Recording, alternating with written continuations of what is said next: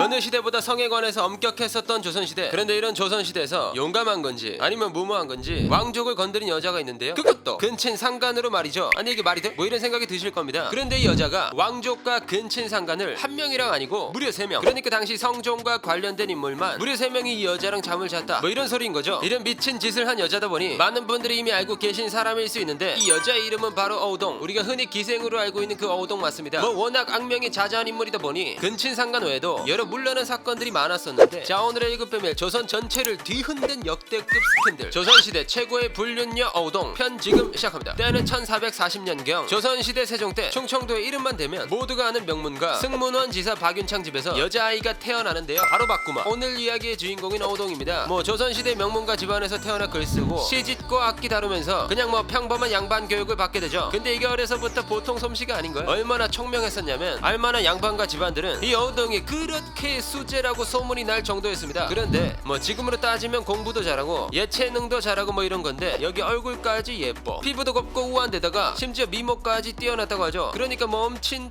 딸이었던 거지. 그러다 보니 박윤창은 자기 딸이 얼마나 예뻤겠어요. 그녀가 시집갈 나이가 되었을 때 고민이 이만저만이 아니었는데, 머정쩡한 양반집에 시집을 보내자고 하니 자기 딸이 너무 아깝고, 이렇게 똑똑하고 예쁜 딸인데 이름 있는 집안에 시집을 보내야 딸도 좋고 가문에도 좋은 거잖아요. 그렇게 사윗감을 물색하고 또 물색하던 그때 박윤창 집에 한 남자가 찾아옵니다. 똑똑똑, 여기가 어우동의 집이요. 그러서만 무슨 일인가. 어우동이 그렇게 이쁘다고 소문이 나서 내가 한번 찾아와봤어. 듣던 대로 아주 참하구만. 당장 결혼시켜주시오. 아니 네가 누군 줄 알고 내 딸을 보내? 당장 안 꺼져.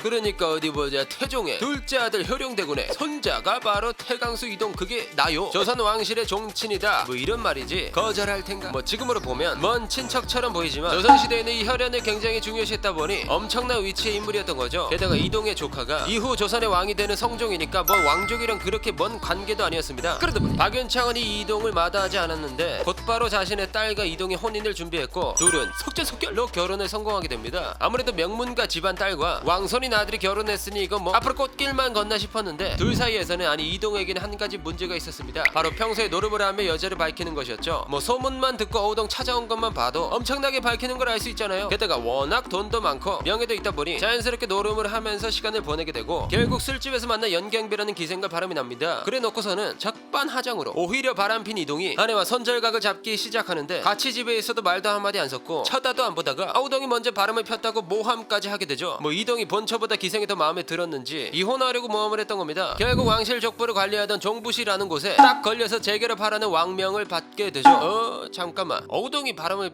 핀 거라고? 걔가 바람 펴서 이혼하려고 내가 여기 온 거 아니야. 근데 이거 보면 누가 봐도 너가 바람을 핀 건데?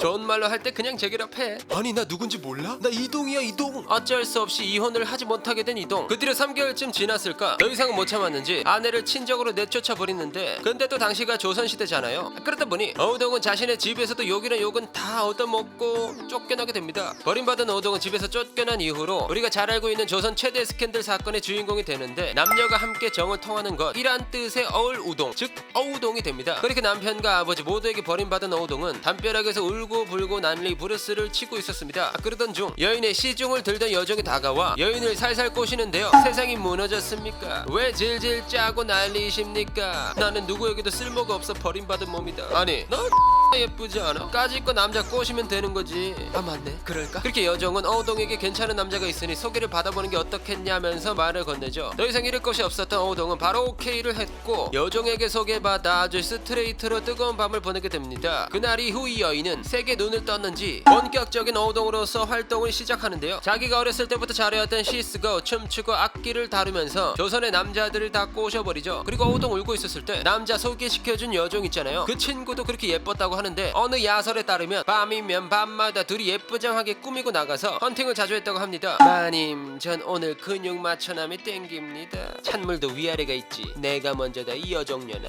오케이, 공평하게 먼저 꼬시는 사람이 데려가는 걸로 합시다. 그래 누가 먼저 꼬시는지 한번 보자. 어우동은 이렇게 헌팅을 하면서 점점점 남자 다루는 법을 마스터하게 되는데, 이제 웬만한 남자들은 그냥 꼬실 수 있었던 거지. 그러다 보니 이제 아무나 막 꼬시기는 싫은 거야. 여종 이리 와봐. 야 내가 급이 좀 있잖아. 끝발 날리는 양반들 좀 꼬셔보자. 보자죠. 그렇게 어우동의 다음 타깃은 방산수 이난이라는 사람이 되었는데요. 이난은 세종의 서손자, 즉 왕족이었습니다. 아니 어우동이 이미 왕족이랑 결혼을 했고 근데 또 왕족을 꼬신다고? 네, 맞습니다. 어우동은 자신의 남편, 즉 왕족에게 버려졌다는 거에 빡이 쳐서 근친상간까지 저질러버리죠. 뭐 지금으로 따지면 정확히 근친상간으로 보기는 어렵지만 당시 조선시대에서는 이런 경우에도 다 근친상간죄로 적용이 되었죠. 뭐 아무튼 이 어우동은 이난의 집을 찾아가서 나올 때까지 기다리는데요. 그리고 문이 열리는 순간 이난을 향해 나 오늘 장사하네 라는 듯한 미소를 한번 지어준 뒤 뒤도 안 돌아보고 집으로 가버리는 밀당을 시전하죠. 아니 근데 이게 통해? 뭐 이런 생각이 드실 텐데 네, 이난이 바로 어우동에게 낚여버립니다. 어우동의 미소를 본 이난은 첫눈에 헐딱 반해서 어우동 집까지 그대로 따라갔다고 하죠. 아니 누구시옵니까? 낭자 그대의 미소를 보고 나는 흠뻑 반해버렸어. 어머 부끄럽사옵니다. 날이 추우니 일단 방으로 드시지요. 그리합시다. 그렇게 그들은 뜨거운 하루를 보내게 되고 이난은 어우동의 매력에 빠지게 되는데요. 근데 어우동이랑 하룻밤을 보내고 이난이 마탱이가 완전히 가버린 거야. 왕족이 내가 너를 이만큼 좋아한다 라고 하면서 자기 팔뚝에 어우루동이라는 문신을 새겨버리는 거지. 뭐 이렇게까지 저를 생각해 주신다니. 낭자 나만큼 당신을 생각하는 사람은 이 세상 어디에도 없어. 맞사옵니다. 이것은 저의 사랑을 나타내는 징표입니다. 생각하는 마음씨도 어찌나 고운지 낭자 사랑하오.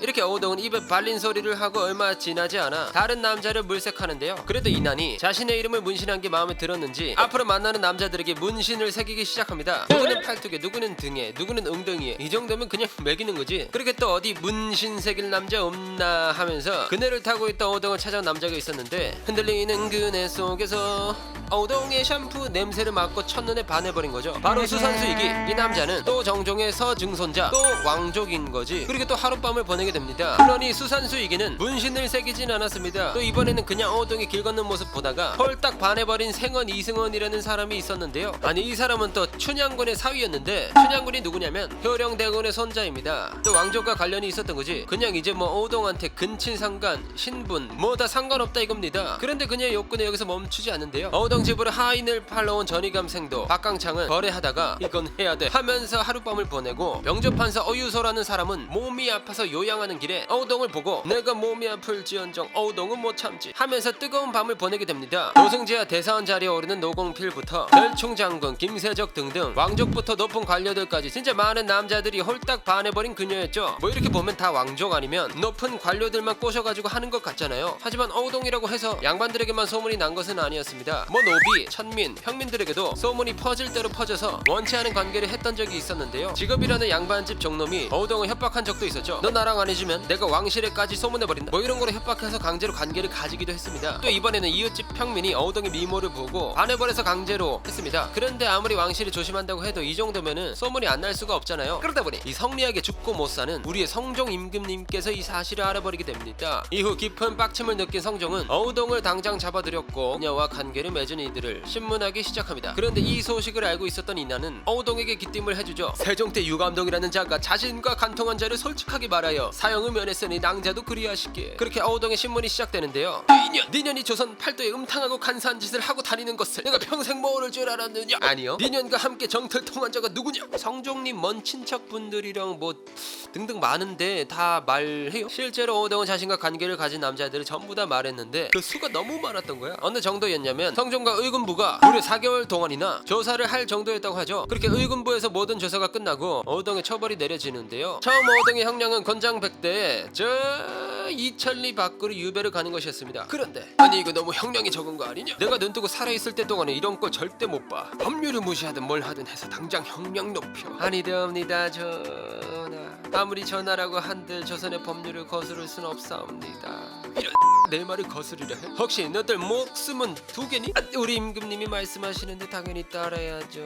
여봐라, 저 년을 당장 죽이지 못할까? 결국 어우동은 성종의 명대로 사형을 당하게 되고 그녀를 따르던 여종 또한 사형을 당하게 되는데요. 사실 조선시대에는 사형을 선고받으면 3번에 걸쳐서 다시 조사를 해야 했었는데 성종이 너무 빡쳤는지 판결 다음날 바로 사형을 집행해버렸죠. 그래 뭐 조선시대니까. 그런데 그 어우동이랑 같이 뜸 한 번의 사대부 형들은 어떻게 됐어? 뭐 당연히 얘네들은 오리발을 내밀고 절대 안 잤다고 구라를 쳤는데 오직 방산수 이난만 어우동과의 관계를 인정했다고 합니다. 그 아까 파르다고 문신한 그 사람 맞습니다. 결국 이난은 이기와 함께 유배를 가게 되었죠. 나머지 거짓말을 한 양반들은 별다른 처벌 없이 넘어갔다고 합니다. 자, 그럼 조선시대 왕족과 화끈하게 즐겼던 어우동에게 감탄하며 오늘의 1급 비밀 마치도록 하겠습니다. 다음에 또 다른 진실만을 담아서 1급 비밀 8 들고 찾아오도록 하겠습니다. 감사합니다.